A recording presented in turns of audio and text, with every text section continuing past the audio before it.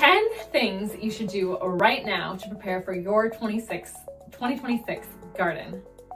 So what you should do initially is to take a look at your current garden bed. Maybe you need to put some leaves on top and build in some mulch and get it to start breaking down some organic matter so you get it ready for the next gardening season. Number 2, you need to clear out all the old plants as well. As you're starting to rebuild the soil, clear it out, get it ready for the spring. It'll make it so much easier when you get ready to start. Number 3, I want you to get out your gardening notebook. If you don't have one, go get one and start to write down things that went well and things that did not go well for your 2025 gardening season. Did you find that you had a lot of squash bugs? Did you find that putting marigolds next to your tomato plants worked? Did you have a lot of success growing tomatoes? What worked, what didn't? It's a really great way to start your plan for next year. Number 4, I want you to start planning out your garden. I want you to start thinking about what your ideal would be. Now, you don't want to plant tomato plants in the same spot that you planted tomato plants in last year because that can help breed diseases, and you want to keep rotating around, plant something totally different in that spot. Don't plant something that's similar in the same spot because you can help break up the soil. It's also a great way to help rotate things around. Get a root plant in there that'll help break up the soil structure, or maybe a bean plant to help fix nitrogen in different areas and then rotate them around the next year even.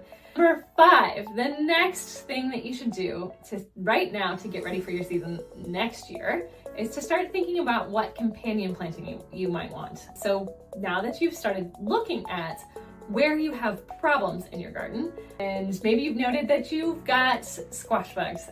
Well, look at the companion plant that you might need to help prevent those pests for next year. So maybe that's a marigold that's planted in your garden. Maybe it's a pansy. Maybe it's a nasturtium.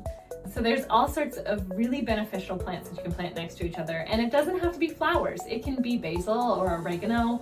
Those are 2 really great herbs that are also really great pest deterrents. So take a look at what you had problems with and think about what companion planting might look like for your next year as you're starting to plan out where your gardens are.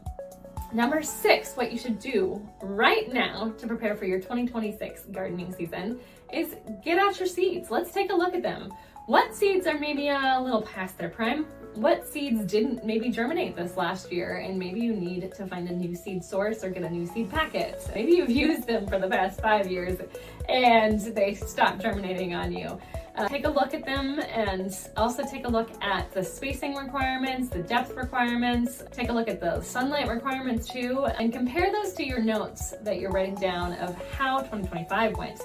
Did you maybe have some plants that you planted in a sunny section that actually needed shady? Did you plant certain things in May that maybe would have been better in June or July? And start to make your plan out that way. Or maybe you planted something in April that worked really well and you wish you would have planted more in September when it gets fall again. It's cooler again in the fall.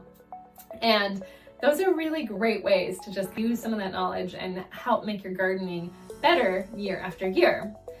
Number 7, I want you to plan out your ideal garden and look at maybe what seeds you are missing. Maybe there are seeds that you always wanted to grow. Maybe you really want to grow that purple potato or that white watermelon or an heirloom of some kind. And if you're missing those seeds, this is a great time to buy them because they can be cheaper than buying them during gardening season. So they're still available, especially online. Find those good sources of seed companies and really look at what you're missing and what you might want to be getting ready for. Number 8, this is also a great time to pick up some of those off-season gardening supplies. Look at where you maybe are missing something or something broke from this past year and pick up a great Black Friday deal.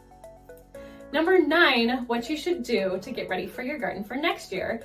Number 9 is clean your tools. So pruning tools, they spread disease. If you cut something and you cut something else and got a disease on it, it's going to spread to different plants. So you need to clean them, but it's also a great time as you're cleaning them to sharpen them. That can make your job so much easier. I have these pruners that I have been promising myself I will sharpen here soon. Every time I bring them out, I'm like, oh my gosh, this isn't cutting, and it used to be in the past. Well, the wintertime is a really great time to sharpen those tools, get them ready so that when you are ready to prune something in the spring, it is there for you too. And number 10, best to get ready for gardening season in 2026 is to really get your plan together as to when you're gonna start things. If you did start seeds last year and you started them indoors and you've got your grow light set up and you're all ready to go, that's wonderful. But maybe think about, when did you start your seeds? Was it the right time? Could you start earlier? Could you start later?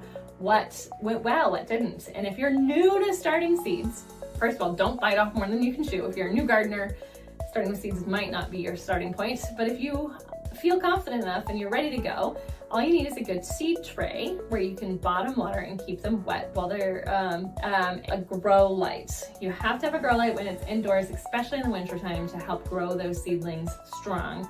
And you want to start low so that those seedlings don't stretch too far. And you want to start them at the right time. So if you start your tomatoes in my area in December, they are going to be way too big and outgrowing the pots that you put them in by the time they can go in the ground after our last frost date, which it says April 15th, but sometimes we've had frost as late as early May. So you kind of have to play with Mother Nature there and pay attention to when, but that would be way too long to have tomatoes growing in my house from seed. But I could start something that likes cold weather a little bit sooner. There's certain things that don't like to be transplanted, like spinach, don't like to be transplanted. Go ahead and cold sow those. And you can do that even in mid-February. Or you can start some things inside to get ready for maybe a March planting if it's a cooler weather crop. Maybe it's a broccoli or something. Love cold weather and can be another good one that you're considering planting earlier rather than later. So use this wintertime to your advantage. Start to get your plan together. It can make your job so much easier to have a good plan. And if you plan out your companion plants and you plan out what seeds you have, you can save money by purchasing things earlier. You can save money by getting your tools ready. And you can also save money by planning your companion planting so you're having less issues with pests, more enjoyable time in the garden next year, and have a really successful 2026 gardening season. Because what I want for all of you guys is to have an easy and wonderful 2026 garden.